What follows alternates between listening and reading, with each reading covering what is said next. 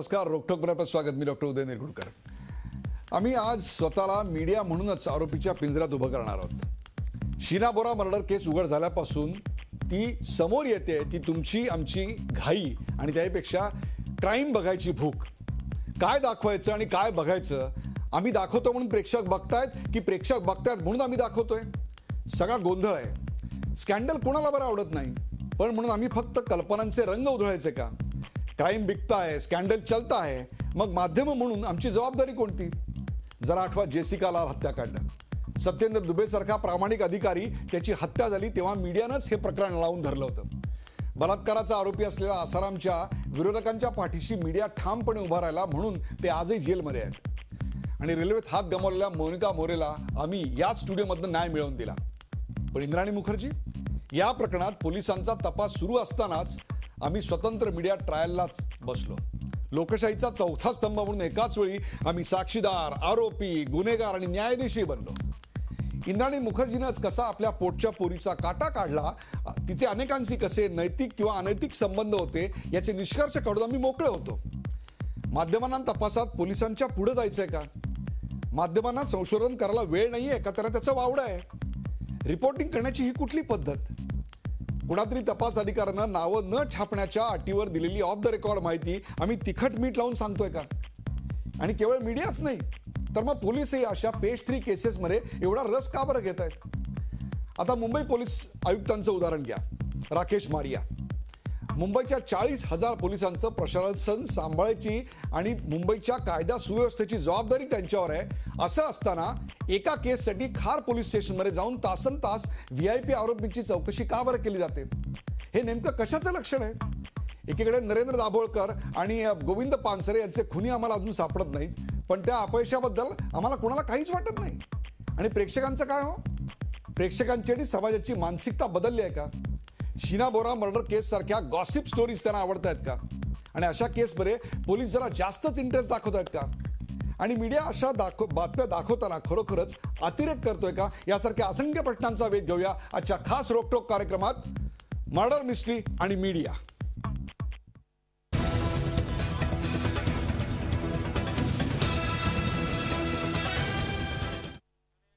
Murder mystery आणि media या कार्यक्रमात सुरुवातीला मी जी ओळख करून देणार आहे त्यात आपल्याबरोबर आहेत ज्येष्ठ अभिनेते अतुल कुलकर्णी.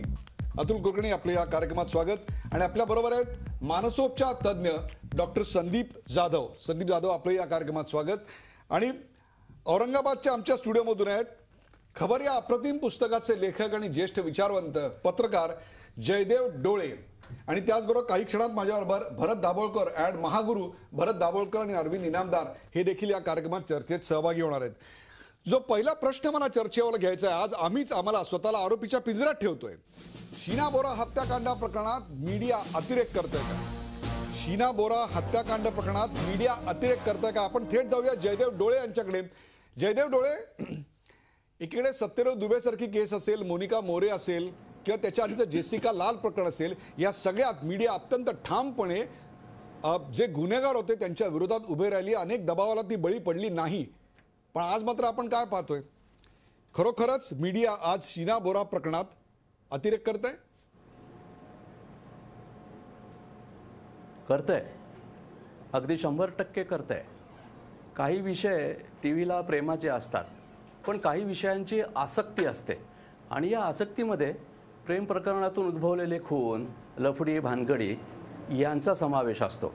खूप पूर्वी अमेरिकेचा एक फुटबॉलर जो अभिनेता पण होता, त्यानं त्याच्या बायकोचा खून केला या संशयावरून मीडियानं त्याचा एवढा पिच्छा पुरवला की अमेरिका शेवटी वैतागली होती.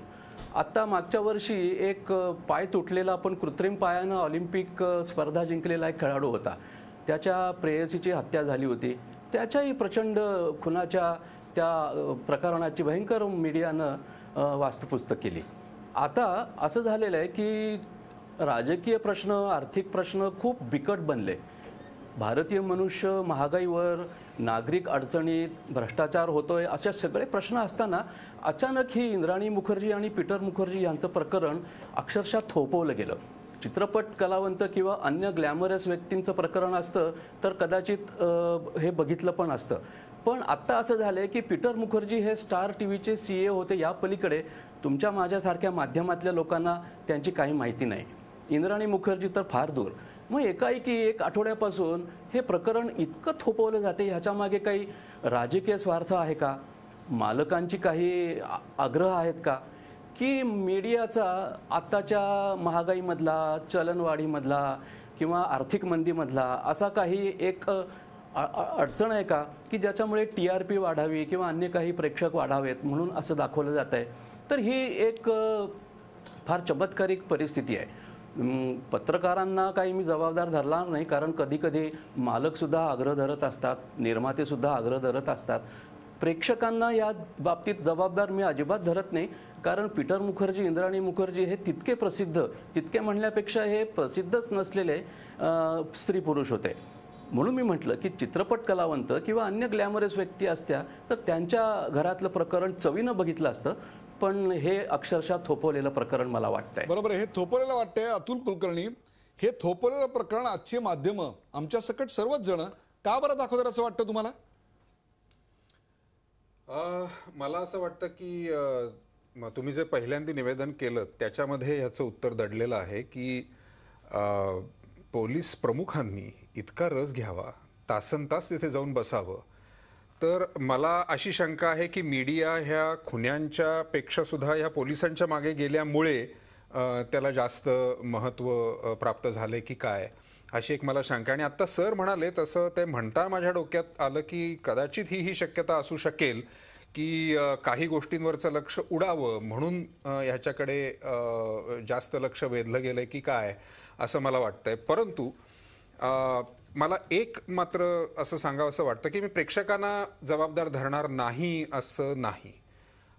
मला असं वाटतं की आजच्या काळामध्ये एस्पेशली एक फिल्टर प्रत्येकाने करून घेणं गरजेचं आहे. आपल्यावरती गोष्टी आदळत राहणार आहेत, कारण हा टेक्नॉलॉजीचा जमाना आहे. माहितीचा स्फोट वगैरे आपण म्हणतो, परंतु कसलाही स्फोट झाला तरी त्याची एक संरक्षक भिंत तयार करणं हे प्रत्येक माणसाचं कर्तव्य आहे. तर त्यामुळे अत्यंत आवश्यक आहे की मी नक्की काय बघायचं, कशावर विश्वास ठेवायचा आणि कशावर विश्वास ठेवायचा नाही, आणि कशाला थोडासा वेळ द्यायचा. अतुल, ही अशा प्रकारची फिल्टर करण्या इतका आपला समाज आता सजग आहे असं वाटतंय का तुम्हाला? नसला तर व्हायला लागेल, ती गरज आहे आज. आणि जर आपण तसे झालो नाही, कालच तू मनीषा मोरेंचा उल्लेख केलास, मनीषा मोरेला कालच मी भेटलो आणि त्या मुलीने सांगितलं की मी पडले होते, माझे हात गेले होते आणि मला मदत करायच्या ऐवजी लोक फोटो काढत होते, सेल्फी काढत होते. हा, तर फोटो काढत होते. आता हे काय प्रेक्षकच हेच आहोत, आम्ही आहोत ना, इथे कुठे मीडियाचा संबंध आला? तर आम्हाला काय हवंय, तर आम्हाला फोटो हवा एका हात तुटलेल्या मुलीचा, तिला मदत करायला आम्हाला, तो लगेच आम्हाला ट्विट करायचा आणि मी पहिले ट्विट कसा केला याचा आम्हाला आनंद मिळवायचा आहे. मग जर तुम्हाला तो आनंद मिळवायचा असेल तर एक माध्यम म्हणून तो आनंद जर आम्ही घ्यायचा प्रयत्न केला तर आम्हाला दोषी का म्हणायचं? नाही, तुम्हाला दोषी म्हणायला पाहिजे, का म्हणायचं? आम्ही स्वतः दोषी म्हणून मानतोय, म्हणून तर आज हा डेअरिंग घेऊन कार्यक्रम करतोय. परंतु ज्याचा आपण उल्लेख केला त्या मुंबई पोलीस आयुक्त राकेश मारिया 12 तास खार सारख्या ठिकाणी जाऊन एका गुन्ह्याची का बरं इतकी चौकशी करतायत? आपल्यासोबत मगाशी सांगितलं त्याप्रमाणे अरविंद इनामदार, माजी पोलीस महासंचालक, हे देखील आता उपलब्ध आहेत. सर, आपल्या या कार्यक्रमात स्वागत. राम राम. आतापर्यंत खार सारख्या एका छोट्या पोलीस स्टेशनमध्ये मुंबईचा पोलीस आयुक्त म्हणजे केवढी मोठी जबाबदारी, केवढी शान त्याची, 40,000 पोलीस त्याच्या दिमतीला आहेत, अशी व्यक्ती एका गुन्ह्याच्या तपासासाठी, चौकशीसाठी 12 तास जाऊन बसते. मग मीडियाला का बरं दोष द्यायचा? ते जाऊन बसले तर आणि त्याच्या बातम्या दाखवल्या तर? मीडिया मी दोष अशासाठी देतो, तुम्हाला सांगतो की शेवटी it is the job of the editor. Journalist तुमचे जे आहेत, रिपोर्टर्स आहेत, ते सगळ्या गोष्टी देणार तुम्हाला, परंतु त्यातलं काय द्यायचं आणि काय द्यायचं नाही हे एडिटरचं काम आहे. आणि आजच पहा, तुम्हाला सांगतो की आज अक्षरशः बरं का, खरं म्हणजे पोलिसांनीच बातमी लीक केली आहे बरं का. आणि माझ्याकडे 7 क्राईम रिपोर्टर आहेत, 7 क्राईम रिपोर्टर दर तासाला वेगवेगळ्या खुन्याची बातमी आणतात.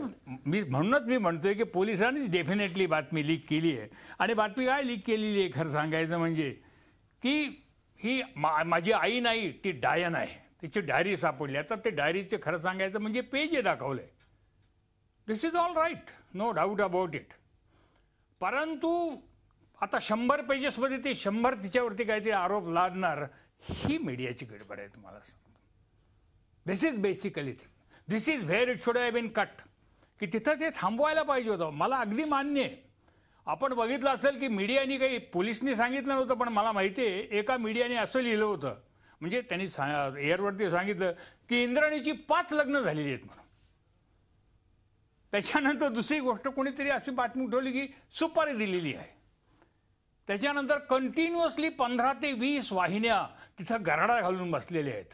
अशा वेळेला जर कमिशनर ऑफ पोलीस गेले नाहीत आणि उद्या जर काहीतरी आपण धरून चला ही कोस हायकोर्टात गेली अरविंद इनामदार, पोलीस कमिशनर गेले म्हणून मीडिया गेली का मीडिया गेली म्हणून पोलीस कमिशनर गेले असं असेल तर मीडिया दाभोळकरांकडे गेलेली होती, मीडिया पानसरेंकडे गेलेली होती. मग त्यावेळी तिकडे 10 दिवस महाराष्ट्राचे पोलीस संचालक का बरं जाऊन नाही बसले? गेले होते ते 10-12 दिवस बसले. 12 दिवस बसण्याची जरूर नाहीये. पण एक लक्षात ठेवा, this is a important case, sensational case. हे आपण म्हणा की 10 ते 12 तास जाण्याची जरूर नाही, वी कॅन अंडरस्टँड. परंतु as a commissioner of police, remember, he is the senior most PI of the city. ही त्यांची जबाबदारी आहे. आता मी जॉईंट CP असताना, कमिशनर ऑफ पोलीस असताना अनेक ठिकाणी जात होतो, व्हिजिट करत होतो. करणं आवश्यक असतं, हे तुम्हाला सांगतो. हे थोडं जास्ती झालं असेल हे मान्य करूया आपण, परंतु शेवटी हे ठरवायचं कोणी? कारण हा भाग विचारला जरी, आपण कल्पना करा की मारिया सुसाईराजची केस होती. मारिया सुसाईराजमध्ये सगळे डिटेल्स असे दाखवत होते, तुम्हाला सांगतो, आणि ती किती वाईट केस होती, निर्घृण केस होती. माझ्या अंदाजानं तर ही केस इतकी अवघड नाही आहे, कारण ऑलरेडी दिस इन्फॉर्मेशन तिथं आलेली आहे. परंतु हे जी सगळ्यात महत्वाची गोष्ट अशी आहे की समांतर तपास, लगेच मीडिया जाऊन बरं का त्या माणसांची बरं का झबाने घेते. मीडिया ट्रायल ट्रायल नाही, समांतर तपास, की तुझं काय म्हणणं आहे सांग आत्ताच्या आत्ता. आपण त्याच्याबद्दलच ह्या ज्या मानसिकतेबद्दल आहे, म्हणजे ही पत्रकारांची मानसिकता असेल आणि हे बघायची समाजाचीही मानसिकता असेल, त्याच्याबद्दल आपण मानसोपचार तज्ञांना विचारूया. आपल्यासोबत डॉक्टर संदीप जाधव आहेत. संदीप जाधव, आम्ही दाखवतोय म्हणून बघतायत का बघितलं जातंय म्हणून आम्ही दाखवतोय? लोकांना गॉसिप किंवा अशा प्रकारच्या मर्डर मिस्ट्रीज बघायला आवडतं, खरं आहे ना? ते नक्कीच आवडतं. मी जे मीडियाकडे आपण एक फक्त एंटरटेनमेंट म्हणून जरी बघत असलो तरी लोकांसाठी मीडिया हे ते आयडेंटिफाय करत असतात. स्वतःच्या आयुष्यातल्या घडामोडी ते तौलनिकदृष्ट्या तिथे मापत असतात. त्यामुळे किती रिपीटेडली मीडियानी ते दाखवलं तरी देखील प्रत्येक वेळेस, म्हणजे मी तर म्हणेन की अवेअरनेस जेव्हा नसतो जेव्हा तो हत्तीची जशी गोष्ट असते, हत्ती जात असतो आणि त्याला फक्त पायाला हात लावला तर तो खांब वाटतो, कानाला हात लावला तर सूप वाटतं, तशातली गोष्ट असते आणि प्रत्येक वेळेस वेगवेगळे त्याचे पैलू उघडत असतात. आता जेव्हा मर्डर होतो तेव्हा 2 गोष्टी आहेत. एक तर जो मर्डर करू शकतो, म्हणजे काही माणसं मर्डर करू शकतात आणि बाकीची माणसं मर्डर करू शकत नाहीत. जे मर्डर करू शकत नाहीत ते त्यांच्या दृष्टिकोनातनं ते ह्या सगळ्या गोष्टी त्यांना खूप अचंब्याच्या वाटतात आणि बिलकुल अवेअरनेस नसल्यामुळे ह्या गोष्टी पुढे जात राहतात. आणि ह्या केसमध्ये तर मी म्हणेन की मीडियानी काही चुकीचं केलेलं नाही आहे, स्पेशली आता झी मीडियाला. तर मी, कारण ही जी केस आता प्रोफाईल तयार होतो ह्या केसचा, मी म्हणजे ॲज अ सायकॅट्रिस्ट मी काही गोष्टी सांगू शकेन की अँटी सोशल पर्सनॅलिटी डिसऑर्डर ही जी असं व्यक्तिमत्व असतं, म्हणजे मर्डर कधी होऊ शकतो? एकतर मानसिकता बरोबर नसेल तर, म्हणजे मन दुखावलेलं असेल तर, किंवा व्यक्तिमत्व बरोबर नसेल तर, दुभंगलेलं असेल तर. दुभंगलेलं म्हणण्यापेक्षा पर्सनॅलिटी डिसऑर्डर, आणि त्याच्याविषयी आपण बोलत नाही, आता अवेअरनेस निर्माण होईल. अँटी सोशल पर्सनॅलिटी डिसऑर्डर मधली ही सगळी कॅरेक्टरिस्टिक्स या केसमध्ये दिसत आहेत साधारणपणे. म्हणजे पहिलं कॅरेक्टरिस्टिक म्हणजे राईट ऑर रॉंग याचं कदरच नाही, कदरच नसते अशा पर्सनॅलिटीजना. त्याच्यानंतर ते इतके इगोसेंट्रिक असतात आणि स्वतःची पॉवर आणि स्वतःचं व्यक्तिमत्व दुसऱ्याला अट्रॅक्ट करून त्याला स्वतःचं प्लेजर म्हणून ते वापरत असतात. मॅनिप्युलेशन, हे सगळे कलर्स बघितल्याच्या नंतर लोकांना वाटतं हे काय आहे. आणि सगळ्यात महत्त्वाची गोष्ट म्हणजे की आता ते सेक्शुअल प्रॉमिस्क्युटी, ह्याची आणखीन एक भाग म्हणजे या पर्सनॅलिटीचा सेक्शुअल प्रॉमिस्क्युटी. सेक्शुअल पार्टनर्स चेंज होत राहतात. आता लोकांना वाटतं की दिस इज इंटेन्स सेक्शुअल प्रॉब्लेम. तसं नाही आहे. इनफॅक्ट इतकी सुपरफिशियलिटी असते त्याच्यामध्ये की एका संबंधाशी ते सॅटिस्फॅक्शनच न मिळाल्यामुळे पार्टनर चेंज होतो. हा ह्या पर्सनॅलिटीचा एक भाग आहे.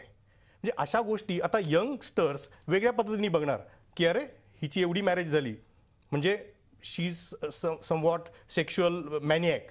तसं नाही आहे इनफॅक्ट. तर ह्या पर्सनॅलिटीचा हा भाग आहे प्रॉमिस्क्युटी, सेक्शुअल प्रॉमिस्क्युटी तिच्या व्यक्तिमत्वाचं आणि हा भाग आहे. याच्यामध्ये समाजाला प्रचंड मोठ्या प्रमाणावर रस असतो. कारण माहिती नसतं म्हणून. माहिती नसल्यामुळे ती क्युरिओसिटी एवढी जागृत होते की प्रत्येक जण स्वतःच्या यंगस्टर्स ह्या दृष्टिकोनातून बघणार की अरे हिची किती मॅरेज झाली होती, तिचा हा पार्टनर, तिचा हे, तिचं 3 मॅरेज झाली का 4 मॅरेज झाली. हे स्कॅन्डल आहे आणि ते स्कॅन्डल बघायला स्कॅन्डलमध्ये रस असतो. हा त्यातला स्कॅन्डलमध्ये एक म्हणजे महत्त्वाचा आता भाग आहे. मी पहिल्यांदा म्हटलं की एंटरटेनमेंट हा पहिला मुद्दा असतोच प्रत्येक व्यक्तीचा बघण्यासाठी. कुठची सर्कस मी तर सांगू शकतो बिकम अन एंटरटेनमेंट कारण or we are presenting it like entertainment. कारण कुठची सर्कस आता प्रेझेंटेशनचा विषय आपल्याबरोबर ऍड महागुरु भरत दाभोळकर आहे. भरत दाभोळकर, आपल्या कार्यक्रमात स्वागत. मर्डर मिस्ट्री आणि मीडिया, शीना बोरा केसमध्ये मीडिया अतिरेक करतंय का आणि त्याहीपेक्षा क्राईम बिकता है, स्कॅन्डल चलता है म्हणून गोष्टी स्कॅन्डलाइज पद्धतीने, म्हणजे मुळात त्यात स्कॅन्डल ओतप्रोत भरलेलं आहे पण त्यातही त्याला काही फोडणी लावून अशा प्रकारे मीडिया का बरं दाखवतोय का तसंच लोकांना ते बघायला हवंय. टीव्ही सिरियलच्या ऐवजी न्यूज बघितला तरी तेच समाधान मिळतंय. तुम्ही जे आता म्हणालात की हा एक लाईव्ह रियालिटी शो होतोय, तुमच्या समोर ते उलगडत जातं. ह्या कोणी लिहिलेलं नाही आहे शो आणि ह्याचं एक वेगळं अट्रॅक्शन असतं जे आपण व्हायकेरियस प्लेजर म्हणतो की आपण दुसऱ्या घरात डोकावून बघणं, असं काहीतरी स्कॅन्डल असताना बघत राहणं. आणखी हे आपल्यालाही कळत नाही कारण दररोज काहीतरी नवीन त्याचे पैलू उघडत आहेत. ह्यात एक ट्रिमेंडस अट्रॅक्शन असतं. आणि मग काय होतं की चिकन आणि एक सिच्युएशन होते की मीडिया दाखवते म्हणून लोक बघतात का लोक बघतात म्हणून मीडिया दाखवते. तर मला असं वाटतं की लोक बघतात म्हणून मीडिया दाखवते. त्यात मला फक्त चुकीचं एकच वाटतं मीडियाचं की जेव्हा तुम्ही कुठल्याही लोकांना अशा सेन्सिटिव्ह केसेसमध्ये जेव्हा तुम्ही इंटरव्ह्यू करता तेव्हा तुम्ही त्या माणसांना किंवा त्या पोलीस अधिकाऱ्यांना इंटरव्ह्यू करणं हे बरोबर आहे पण त्यांच्या घराच्या बाहेर एक तुमचा रिपोर्टर उभा असतो. तो आपको क्या लगता है की तुम्हाला वाटतं की हिनी असं केलं असावा का, मग तो रिपोर्टर सांगतो की मला वाटतं हिनी केलं असावं. हे चुकीचं आहे कारण तिला तो अधिकार नाही आहे, तिला त्याच्यापेक्षा माहिती नाही आहे किंवा त्याला माहिती नाही आहे. तर मला वाटतं की काही जाणकार व्यक्तींशी बोलणं, त्या गुन्ह्याशी संबंधित किंवा त्या गुन्ह्याशी संबंधित पोलीस अधिकाऱ्यांशी बोलणं आणि त्यांच्याकडनं इन्फॉर्मेशन घेणं हे बरोबर आहे. पण प्रत्येक रिपोर्टरकडनं इन्फॉर्मेशन घेणं आणि त्यांचे व्ह्यूज घेणं हे मला वाटतं is over doing it. Arvind Inamdar, आता त्यांनी मगाशी जो मी मुद्दा मांडत होतो त्याच मुद्द्यावर भरत दाभोळकर आले की ते म्हणजे पोलिसांकडूनच जाणीवपूर्वक किंवा अजाणतेपणे काही बातम्या लीक केल्या जात आहेत. ऑफ द रेकॉर्ड मी तुला म्हणून सांगतो म्हणून खांद्यावर हात ठेवून पोलिसच प्रत्येक, म्हणजे आमच्याकडे 7 क्राईम रिपोर्टर आहेत, डीएनएचाही मी संपर्क आहे आणि झी24 तासही प्रत्येक वेळेला प्रत्येक क्राईम रिपोर्टर मला म्हणजे अंदाज येतो की हा नेमका कुठल्या पोलीस ऑफिसरला भेटला असेल. हे पोलीस मुद्दामून करते का काय आहे? पोलीस नाही करत मुद्दामून, कारण असं आहे बरं का, आपण जर जंगलात गेलात तर कोल्हा किंवा लांडगा, नर किंवा मादी आणि त्याच्या मागे पिल्लं लागतात तुम्ही सांगतो आणि ती पिल्लं त्यांना चाटत असतात सारखी. बाहेरनं तो आलाय आई किंवा बाप आला की चाटते आणि चाटल्यानंतर ते दन दन दन दन ओकून टाकतं आणि त्याच्यानंतर पिल्लांना खायला मिळतं. आता ह्याच्यामध्ये खरं म्हणजे काय करायला पाहिजे होतं पोलिसांनी, माझं असं मत आहे की अट्रॅक्शन होणारच. त्याच्यामध्ये मर्डर आहे, त्याच्यामध्ये सेक्स आहे, त्याच्यामध्ये मोठी माणसं आहेत, रिच माणसं आहेत, फेमस माणसं आहेत, हे सगळं होणार. परंतु दररोजचं संध्याकाळी एक 6 वाजता किंवा 7 वाजता 1 तासाचं ब्रीफिंग ठेवायला पाहिजे होतं. हा जो सारखा हा खरा प्रश्न का ठेवलं गेलं नाही? दॅट इज एक्झॅक्टली द केस. म्हणजे इथं पोलीस बरं का की इथं पोलिसांची भूमिका थोडी जरा कच्ची आहे माझं मत.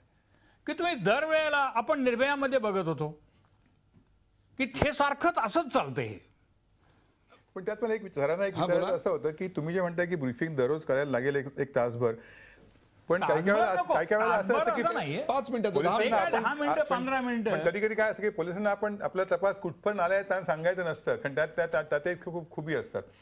तर ते सांगणं बरोबर आहे. मान्य आहे मला नाही मला मान्य आहे, परंतु डायरीची पानं दाखवली जात आहेत.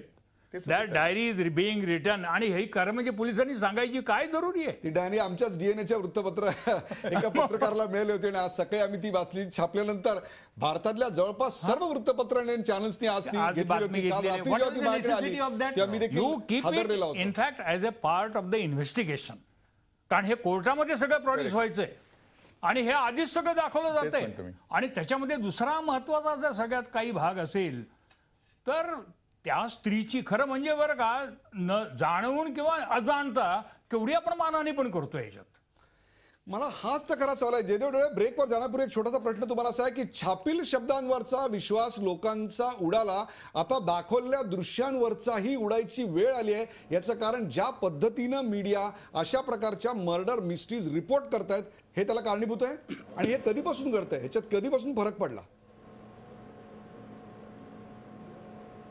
असं काही मला वाटत नाही, कारण कसं आहे की गेली 15 वर्ष सुइसाईड मिनिस्ट्री आपल्याकडे चालू आहे.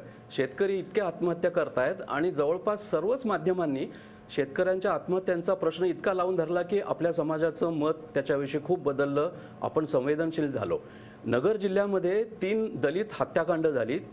ते तिन्ही खून अजूनही मिस्टेरियस आहेत. अजूनही त्याच्याबद्दल काही पोलीसही सांगत नाहीयेत. पण पत्रकारांनी खूप प्रयत्न केला. मला सर्व माध्यमांचं कौतुक करायचंय की नगर जिल्ह्यामध्ये जवखेडा, खेरडा, शिर्डी इथल्या सर्व खुनांचा पिच्छा मराठी पत्रकारांनी अतिशय योग्य रीतीने लावला. आता तिथे पोलीस कमी पडले का पोलीस राजकीय दबावाला बळी पडले हा प्रश्न अनुत्तरित आहे. इथे मात्र राकेश मारिया आणि मुंबईचे पोलीस आपल्यावरचं किटाळ बाजूला व्हावं, दूर राहावं म्हणून हे करतायत. हे जे तुमचं म्हणणं आहे ते मला पटतंय. पण माणूस इंद्राणी मुखर्जी आणि पीटर मुखर्जी यांच्या खुनाकडे फार आनंदानं बघतोय किंवा व्हायकॅरियस प्लेजर दाभोळकर म्हणतायत तशा रीतीने बघतोय असं काही मला वाटत नाहीये. तो वैतागलेला आहे, कारण मुळात या व्यक्तीच माहिती नाहीये त्यांना. बरोबर. म्हणजे एकीकडे अशा माहीत नसलेल्या व्यक्तींबद्दलचं आमचं जे रिपोर्टिंग आहे त्याचा अतिरेक होतोय आणि त्याच्याचमुळे कुठेतरी आमची देखील एक प्रकारे विश्वासार्हता ऐरणीवर आली आहे. आम्ही स्वतःलाच गांभीर्यानं घेत नाही, त्यामुळे समाज देखील आम्हाला गांभीर्यानं आता घेणार नाही. इंद्राणी केसमध्ये पोलीस जास्त रस घेत आहेत का? इंद्राणी केसमध्ये पोलीस जास्त रस घेत आहेत का? अरविंद इनामदार, पोलिसांच्या तपासात मीडियामुळे अशा बातम्या येण्यामुळे काही अडथळा निर्माण होतोय का मदत होते? दोन्ही होतं खरं सांगायचं. म्हणजे माझ्यासारखा जर पोलीस अधिकारी असेल, आता I have dealt with several very sensational cases, तर मला वाटतं इन्व्हेस्टिगेशनसाठी एक पीस ऑफ माइंड लागते. ही सगळ्यात महत्त्वाची गोष्ट आहे. एक विचार करायला पाहिजे. दुसरं म्हणजे फोकस्ड अतिशय लागतो माणूस, की आपल्याला काय आता एक्झॅक्टली प्रयत्न मिळवायचं आहे आणि त्याच्यासाठी एक शांतता फार आवश्यक आहे. तुम्हाला सांगतो खरं म्हणजे आज हे लॅकिंग आहे आपल्याकडे. ह्या केसमध्ये पोलिसचं हे लॅकिंग आहे असं माझं स्वतःचं मत आहे. गदारोळ आहे की गदारोळ असं म्हणणार नाहीये, परंतु काय की इतकं काहीतरी चाललंय दरवेळेला की दरवेळी इतकी गर्दी की तुम्ही असं बघता की लगेच त्या बुरख्यातनं इंद्राणी मुखर्जीला आणली जाते. तुमचा तो मिखाईल येतोय, तो अजून त्याच्यानंतर खन्नाला आणलं जाते. हे काही याची जरूर नाहीये इतकी करायची, असं माझं वैयक्तिक मत आहे. कारण if you are real good police officer, you remain quiet, understanding करून ते बरोबर केस डिटेक्ट करून टाका आणि क्रॅक करा. आणि मग जे तुम्हाला सांगायचे ते प्रेस कॉन्फरन्स घेऊन तुम्ही सगळं सांगू शकता. परंतु हे करणं अत्यंत आवश्यक आहे असं माझं मत आहे. अतुल, साक्षीदार, गुन्हेगार, न्यायाधीश अशा तिन्ही भूमिका माध्यमांना या प्रकरणात एकाच वेळी करायचे आहेत की आम्हीच साक्षीदार? जणू काही शीनाचा खून झाला त्यावेळेला बाजूला आम्ही सगळे कॅमेरे घेऊन उभे होतो की काय? किंवा तिथे लगेच लेखण्या बोरू बहादर सगळे बसले होते का काय? नेमकं माध्यमांना करायचंय काय किंवा माध्यमांनी काय करावं असं जनतेला वाटतंय? कारण जे दाखवलं जातंय ते बघितलं जातंय किंवा बघितलं जातंय म्हणूनच ते दाखवलं जातंय. या सगळ्याशीच माध्यमांचा संबंध आहे असं मला वाटत नाही. TRPशी संबंध आहे. हे आता एवढं दाखवायचं असेल तर काहीतरी करायला पाहिजे. सतत हे जर दाखवायचं असेल 24 तास तर त्यामुळे ह्या सगळ्या भूमिका ते स्वतःकडे घेतात असं मला वाटतं की काहीतरी मटेरियल पाहिजे त्यामुळे. परंतु माझं परत असं म्हणणं आहे की जसं लोकशाहीमध्ये म्हटलं जातं की प्रजा तथा राजा, तसंच यथा प्रजा तथा मीडिया असं हे पहिलं आहे असं मला म्हणायचं आहे. आधी कोंबडी का अंड हे नाही आहे. हे खरं आहे की आम्ही विकत घेतो म्हणून ते विकलं जातं. हे पहिल्यांदा आपण लक्षात घ्यायला पाहिजे असं मला वाटतं. आणि दुसरी एक अत्यंत महत्त्वाची गोष्ट मला ह्या बाबतीत अशी वाटते जी मीडियाने लक्षात घ्यायला पाहिजे, ती म्हणजे की या सगळ्यामुळे खरी जी न्यूज आहे त्याचं होणारं नुकसान. करेक्ट. उदाहरणार्थ ह्याच प्रकरणामध्ये मी एका मोठ्या वर्तमानपत्राच्या संपादकांना मेसेज पाठवला की गुजरातमध्ये दंगली झाल्या, 9 लोक मेली. ती बातमी 7व्या 8व्या पानावरती होती. आणि म्हणजे आपण ह्याला महत्त्व देणारच नाही आहोत का? या सगळ्या प्रकरणामध्ये आपण ज्या महत्त्वाच्या बातम्या आहोत त्यांचं नुकसान करतोय, ज्या सेन्सिटिव्ह बातम्या आहेत त्यांचं नुकसान करतोय. हे मला असं वाटतं की भान थोडंसं मीडियानी बाळगणं जसं गरजेचं आहे तसंच लोकांनी पण हे बाळगणं गरजेचं आहे की प्रत्येक वर्तमानपत्रामध्ये पानं दिलेली आहेत की स्पोर्ट्सची बातमी ही अमुक पानावरती येते, क्राईमची बातमी ही अमुक पानावरती येते, ती त्याच पानावरती ठेवावी. हे अत्यंत गरजेचं आहे असं मला वाटतं. जयदेव डोळे, अनेक माध्यमं अत्यंत सेन्सिबली, अत्यंत संयमितरित्या याच्यावर रिपोर्टिंग करायचा प्रयत्न करतायत, परंतु टीका करताना सरसकट मीडियावर टीका होते किंवा कौतुक करताना सरसकट मीडियावर कौतुक केलं जातं. लोकांना खरोखरच माध्यमामधला किंवा तुमच्या पडद्यावर उजव्या बाजूला वरती ते जे चिन्ह दिसतं, एखाद्या चॅनलचा लोगो दिसतो, तो नेमका कुठल्या चॅनलचा आहे आणि आपण कुठली बातमी कुठल्या चॅनलवर बघितली हे लोकांना खरोखरच कळतंय का लोक काहीतरी कन्फ्यूज करतात याच्यामध्ये? मीडियामधला फरक कळतोय लोकांना जयदेव डोळे? कळतो, नक्कीच कळतो. म्हणून मी वारंवार म्हणतोय की शहरी भागामध्ये किंवा शहरी मध्यमवर्गीय माणसाला या मुखर्जी दाम्पत्याच्या गुन्ह्याबद्दल आसक्ती असू शकते. ग्रामीण भागामध्ये म्हणजे मराठवाडा, विदर्भ, कोकणामध्ये हे वाचत असतील का, बघत असतील का, मला शंका आहे. कसं आहे की शेरलॉक होम्स, अगाथा ख्रिस्ती, जेम्स बॉन्ड, पेरी मेसन इथपासून ते पोलिसांनी दक्षता नावाचं एक मासिक काढलं होतं, तिथपासून मग चटक लावली का या लोकांनी, गुन्हेगारी कशी असते, गुन्हा सोडवला कसा जातो हे बघायला. बरं, दक्षता मासिक का ओसरलं तर पोलीस टाइम्स आणि कालीगंगा ही साप्ताहिक सुरू झाली. त्याच्यामध्ये इतकी तपशीलवार वर्णनं असतात की किळस येते. पण पोलिसांनीच हे सगळं करायला लावलेलं आहे. हे जसं आत्ता आपण चर्चेला म्हणतोय तसं गुन्हेगारीविषयी सर्वसामान्य पापभिरू माणूस आणि सज्जन माणूस अजिबातच दूर असतो. तो कधीही मुलांना हे बघा ते बघावा असं सांगत नाही. काही वर्षांपूर्वी ETVनं एनॅक्टमेंट सुरू केली होती गुन्ह्यांची रात्री 9:30 वाजता. तो प्रोग्राम दबावामुळे बंद पडला गेला, कारण शेवटी त्याच्यातून शिक्षण मिळत होतं की काय अशा तक्रारी सुरू झाल्या. तेव्हा मीडियामधलं काय बघावं काय बघू नये याच्याबद्दलचं तारतम्य मध्यमवर्गीय माणसाला, सुशिक्षित माणसाला नक्कीच आहे. आणि महाराष्ट्र काय अजून तितका चेकाळला नाहीये किंवा बिथरलेला नाहीये की तो अजूनही गुन्हेगारीच्या बातम्या चटकदारपणे बघेल असं काही मला वाटत नाही. परंतु गुन्हेगारीच्या बातम्या अत्यंत भरत चटकदार पद्धतीनं दाखवल्या जातात. ह्याचं कारण काय असावं? सोनी टीव्हीवरती मला असं कळलं की सगळ्यात पॉप्युलर प्रोग्राम क्राईम पेट्रोल आहे. बरोबर आहे. त्याला विचारलं नंबर 1 प्रोग्राम कुठला आहे, त्यामुळे आमचा नंबर 1 प्रोग्राम क्राईम पेट्रोल आहे. म्हणजे enactment of a real crime that has happened. मग तो का इतका पॉप्युलर होतो? त्याची माणसाची कोणाला माहिती नाही, नावं कोणात माहीत नसतात, ती कुठल्या गावातली आहेत माहीत नसतात, पण फक्त क्राईम आहे. मग त्यात ॲडल्टरी असेल, त्यात मर्डर असेल, त्यात काही असेल, चीटिंग असेल, ते लोक इतक्या आवडीने भारतभर का बघतात तो प्रोग्राम? बरोबर आहे. हाही एक सवाल आहे. काय वाटतं आपल्याला की गॉसिप लोकांना आवडतंय? Gossip is something which is, म्हणजे एखादी गोष्ट सरळ साधी सुखाने चाललेली असेल ती आम्हाला नको असते, परंतु त्यात काहीतरी वेडवाकडं घडत असेल तर आम्हाला लगेच दुसऱ्या दिवशी ट्रेनमध्ये त्याची चर्चा करायला आवडते, त्याच्यावर बोलायला आवडतं, परंतु सरळ साधं आम्हाला बघायला आवडत नाही. बरोबर आहे. खरं तर समाज आता असुरक्षित झाला आहे. म्हणजे बाहेर पडल्याच्या नंतर काय होईल माहिती नाही, या दृष्टिकोनातनं तिकडे बघण्याची शक्यता असते. कुठच्याही गुन्ह्याच्या मागे पोलीस जसं एक मोटिव्ह शोधत असतात, तर ज्या गुन्ह्यामध्ये मोटिव्ह असेल तर तो कोणालाच बघायला इंटरेस्ट वाटत नाही. इव्हन ते पोलिसांना पण ती बातमी बाहेर द्यायला काही नाही आणि आपल्याला पण टीव्हीवर दाखवण्याची काही एवढं हे नाही. पण ज्या एखाद्या गुन्ह्याच्या मागे मोटिव्ह दिसत नाहीये तेव्हा नक्कीच त्याच्यामध्ये लोक फाइंड आउट करणार की काय झालंय. हे आपल्या बाबतीत पण असं होऊ शकतं का, हे असं ह्या फॅमिलीमध्ये होतंय तर आपल्या फॅमिलीमध्ये पण होऊ शकतं का, इथपर्यंत लोक जाऊ शकतात. आता दुसरं मी उदाहरण देतो की जेव्हा रामन राघवन खून प्रकरण झालं होतं तेव्हा हा टीव्ही मीडिया नव्हता, पण पेपरमध्ये कंटिन्युअस त्याच्या बातम्या असायच्या. लोकांना माहितीच नव्हतं की स्किझोफ्रेनिया म्हणजे काय आहे आणि लोक ऍक्सेप्ट करायला तयार नव्हते की रामन राघवन हा वेडा असेल. पण त्याच्यामध्ये काय होतं, डिल्युजन होतं. डिल्युजन म्हणजे false firm belief which cannot be dispelled off from mind in spite of the contrary to the evidence. म्हणजे ती त्याच्यामध्ये एक प्रकार असा आहे की त्याला ते खरं वाटत असतं. आता रामन राघवनला वाटत होतं की एवढे खून केले नाहीत तर जग बुडेल आणि ते तसं होऊ नये म्हणून ते कॉन्सन्ट्रेटेड त्याचे एफर्ट्स घेत होतं. म्हणजे हे अनस्ट्रक्चर्ड झालं. पोलिसांच्या दृष्टीने असं अनस्ट्रक्चर्ड मोटिव्ह असेल तर फाइंड आउट करणं डेफिनेटली डिफिकल्ट जाणार.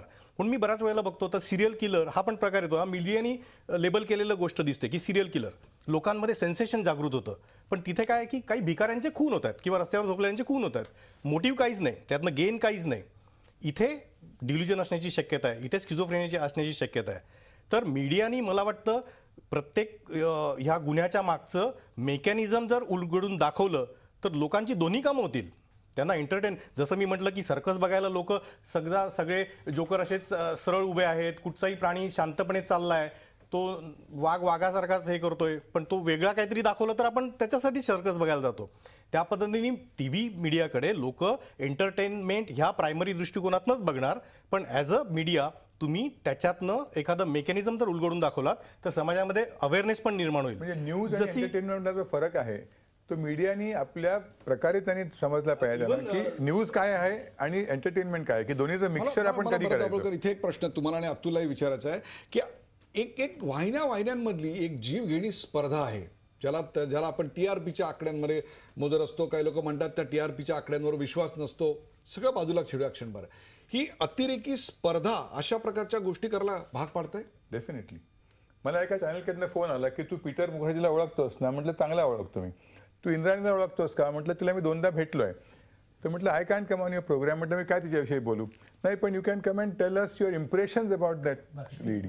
म्हटलं if I meet somebody's wife twice in a social circle, माझी काय इम्प्रेशन त्याविषयी असू शकतात. म्हटलं how can I come on your programme and talk about Indrani Mukherjee? पण तू ये, तुला if you know Peter Mukherjee talk about हिम.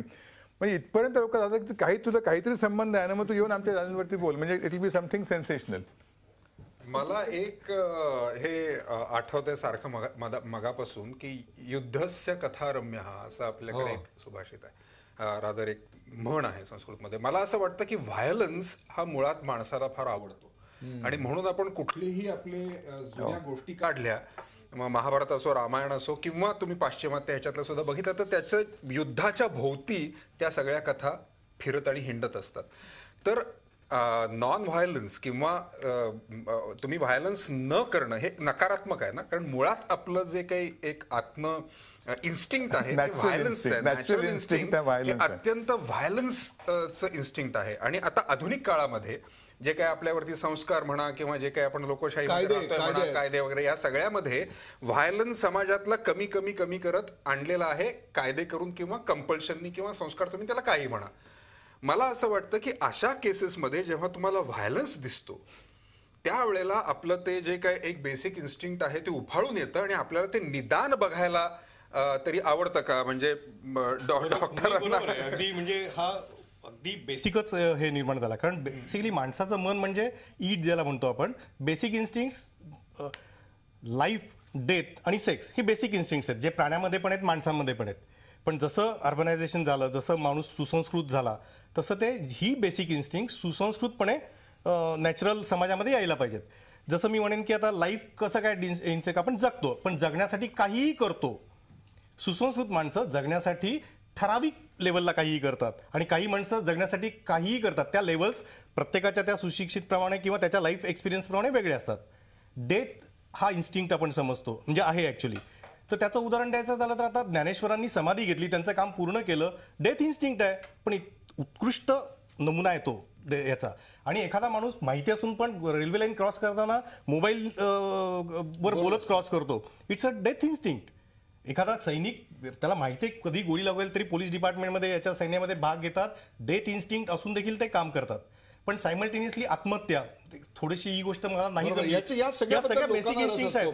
मला अर्जुन आमदार, या सगळ्यामध्ये बघायची जी समाजाची मानसिकता आहे, प्रेक्षकांची मानसिकता आहे, ती बदलत चाललेली आहे अलीकडच्या या मीडियाच्या सगळ्या प्रभावामुळे.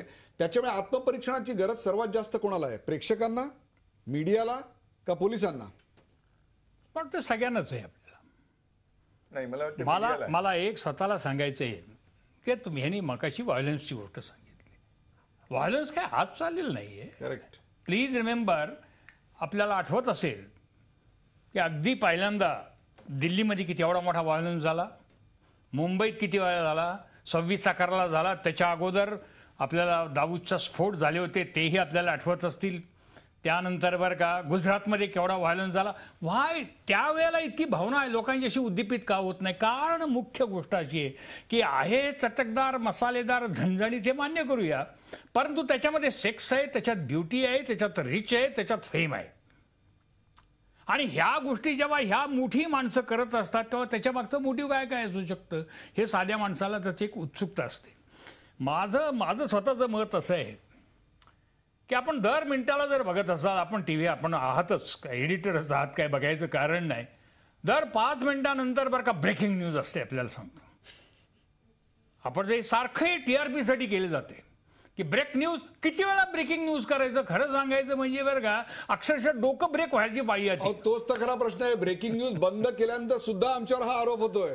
म्हणजे त्याचं झी कारण की 24 तासावर गेल्या कित्येक दिवसांनी कारण breaking बाकीच्या news सगळ्यांनी दाखवली नाही, जेव्हा बाकीच्या सगळ्यांनी चालू ठेवलीत. मला असं मला एक पूर्वीचं उदाहरण आठवते, आणि ते म्हणजे गोंदवलेकर महाराज होते. आणि गोंदवलेकर महाराज रामनामामध्ये एवढे तल्लीन झाले होते, आपल्याला तुम्हाला सांगतो, की त्यांच्या शरीराला कुठेही जर तुम्ही कान लावलात तर त्यांच्या चरित्रात लिहिलंय, अनेक लोकांनी ते पाहिले, की सगळीकडे राम राम राम असं ऐकू येतं. तसं चॅनेलला डोळा तुम्ही लावलात की ब्रेकिंग न्यूज आणि TRP, ब्रेकिंग न्यूज आणि TRP हे खरं येते, तुम्हाला सांगतो. हीच आत्मपरीक्षणाची वेळ. भरत दाभोळकर, काय वाटतंय? आपण हे तुम्ही म्हणाल तसं it's a collective responsibility. Correct. तुम्ही एकट्याने करून हे होत नाही. तुम्ही जसं म्हणालात की आपण काही चांगलं दाखवलं तर तुम्हाला अर्धा TRP मिळत नाही, कारण बाकीचे चॅनल असे काहीतरी सेन्सेशनल दाखवत आहेत. तर हे कलेक्टिव्हली करणं, it's a collective responsibility of all the channels, not of one channel. अतुलजी, काय सांगाल? मला नेहमी असं वाटलेलं आहे की राजकारण असो किंवा मीडिया असो, ह्यातली जी माणसं आहेत ती शेवटी सामान्य नागरिकच असतात. त्यामुळे they represent what the society is. आणि त्यामुळे मला असं वाटतं की माध्यमांनी कंट्रोल करणं, ती काही वेगळी एंटिटी नाही ना, ते काही शुक्रवारनं मंगळावरनं आलेली लोक नाही आहेत, तर ती पृथ्वीवरनंच आलेली लोक आहेत. तर ते रिप्रेझेंट करतात की आम्ही काय विचार करतो. मला असं वाटतं की आपण कल्चरली अत्यंत मिडिऑकर अशा काळामध्ये सध्या आहोत, आणि हे सगळे त्या मिडिऑक्रिटीचे परिणाम आहेत असं मला वाटतं. म्हणजे ही वेळ सगळ्यांसाठीच आत्मपरीक्षणाची आहे, आणि त्याहीपेक्षा सुद्धा मीडियासाठी आहे. प्रेक्षक, आता सर्वांनीच आत्मपरीक्षण करायची गरज आहे असं आता या पॅनलवरच्या सगळ्यांचं मत आहे. याचं कारण माध्यमं, पोलीस आणि प्रेक्षक या सगळ्यांनीच करायचं आहे. हा क्षण अगदी अग्निपरीक्षेचा आहे. प्रवाहाच्या विरुद्ध पोहणं इतकं सोपं नसतं, पण झी 24 तासवर मी ते अनेक वेळा करायचा प्रयत्न केला. केवळ सनसनाटी बातम्या राखून TRP मिळवण्याचा प्रयत्न खरोखरच केला नाही. या उलट विश्वासार्हता जपणाऱ्या बातम्या देण्याला आणि त्यापेक्षा समाजाला उपयोगी पडतील अशा अभिनव उपक्रमांना प्राधान्य दिलं. हे आमचं आम्ही कर्तव्य मानलं. त्यातून टेलिव्हिजन म्हणजे TRP म्हणजे टेलिव्हिजन रिस्पेक्टेबिलिटी पॉईंट आम्ही कमवायचा प्रयत्न केला. मग ते मिशन झी 24 तास असेल, संघर्षाला हवी साथ असेल, धागा शौर्य का असेल, आमचे शीनाच्या बातम्या तुम्हाला दिसतात, पण हे उपक्रम तुम्हाला दिसले का हो? हे सगळं प्रेक्षकांना पाहायचं आहे का? आता एका धरणग्रस्त, खरंच प्रेक्षक, 2 दिवसापूर्वी मला एक पत्र आलेलं आहे. ते 2 दिवसापूर्वी धरणग्रस्त शेतकऱ्याचं जे पत्र आहे ना, ते आता तुम्ही तुमच्या पडद्यावर पहा. माननीय प्रमुख, झी 24 तास. सर, मी एक प्रकल्प पीडित शेतकरी असून 1962 साली पूर्ण झालेल्या गिरणा डॅमसाठी शासनानं माझं पूर्ण क्षेत्र आणि घर संपादित केलं, पण आमचं पुनर्वसन काही केलं नाही. सर, तेव्हापासून मी विस्थापिताचं जीवन जगतोय. मला खूप नैराश्य आलंय, निगेटिव्ह विचारानं मानसिकदृष्ट्या खचलोय, त्यामुळं जीव द्यावासा वाटतोय. MCA झालेल्या माझ्या मुलाला जॉब नाही, घरात कोणी कमावतं नाही. मला खाजगी जॉबमध्ये 4,500 रुपये प्रति महिना मिळतो. त्यामुळं आता मी माझी किडनी विकण्याचा निर्णय घेतलाय. आत्महत्या करण्यापेक्षा एखाद्या शासनाच्या व्यक्तीला किंवा उद्योग जगतातल्या व्यक्तीला किडनीची गरज असेल तर मी किडनी देतो. त्यांनी माझ्या मुलाला जॉब द्यावा, त्यामुळं माझ्या जीवनाचं तरी सार्थक होईल. सर, आपणास त्रास दिल्याबद्दल क्षमा मागतो, आणि सर, माझं नाव गुपित ठेवावं हीच नम्र विनंती. कोणाला वाटत असेल की अशा प्रकारचं पत्र आलेलं नाही, त्यांच्यासाठी म्हणून सांगतो. हे माझ्या हातात ते पत्र आहे आणि तेच मी तुम्हाला दाखवतोय. प्रेक्षक, तुम्हीच मला सांगा, उद्या ट्रेनमधून कामावर जाताना तुम्हाला इंद्राणीच्या नव्या गॉसिपची चर्चा करायला आवडेल की या धरणग्रस्त शेतकऱ्याच्या पत्राची? जबाबदार मीडिया म्हणून आम्ही अशा संवेदनशील बातम्या देखील दाखवतो.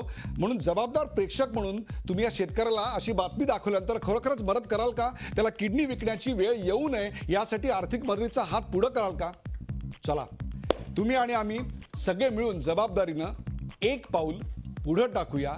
धन्यवाद. या कार्यक्रमात सहभागी झालेल्या सर्व मान्यवरांचे आभार. ताज्या बातम्यांसाठी पाहत राहा झी 24 तास. रहा एक पाऊल पुढे.